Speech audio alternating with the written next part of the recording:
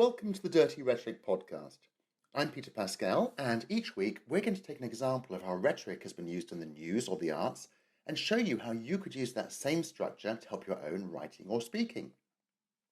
This week's big rhetorical news item has got to be the Republican debates, and between all the candidates there has certainly been a lot of rhetoric going on.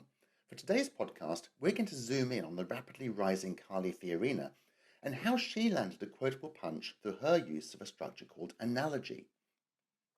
Analogy is a powerful tool for not only creating vivid descriptions, but also as the foundation for persuasive arguments. Whether you're writing or speaking or selling or teaching, analogy needs to be in your toolkit. So here's the quote we're going to look at.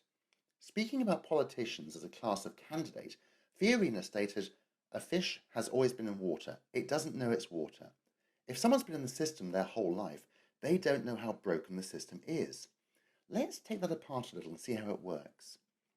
The easy way to think of analogy is to remember A is to B as C is to D. It's almost a mathematical way to describe something.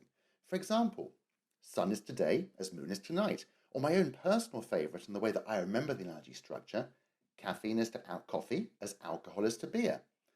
What messages do we communicate by saying that caffeine is to coffee as alcohol is to beer? Well, there's multiple messages, and that's the descriptive power of analogy. We could, for example, be saying that both caffeine and alcohol are the active ingredients in their respective drinks. We could also be saying that these ingredients are what makes those drinks so enjoyable.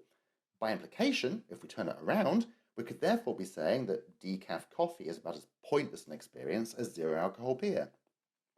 All of these statements could be true, so long as the audience shares our positive viewpoint of the stimulating or relaxing qualities of caffeine in the morning and maybe an alcoholic beverage after work. What though if the audience don't? What if either I or you, the audience, are known to have a negative view of alcohol? Well, suddenly the meaning of the analogy shifts.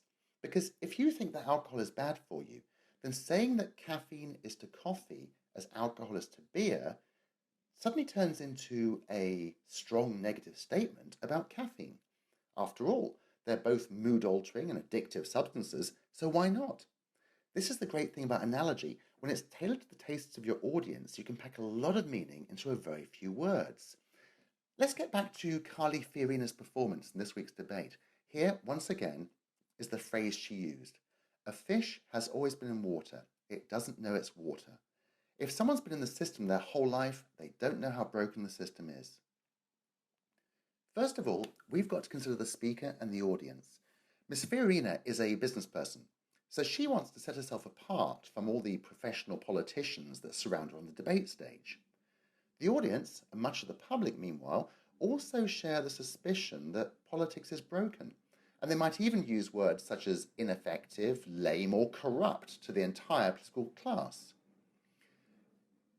Carly Fiorina doesn't want to directly say that though.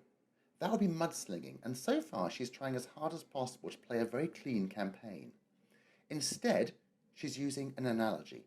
A is to B as C is to D, or in this case, water is to fish as broken political system is to politicians.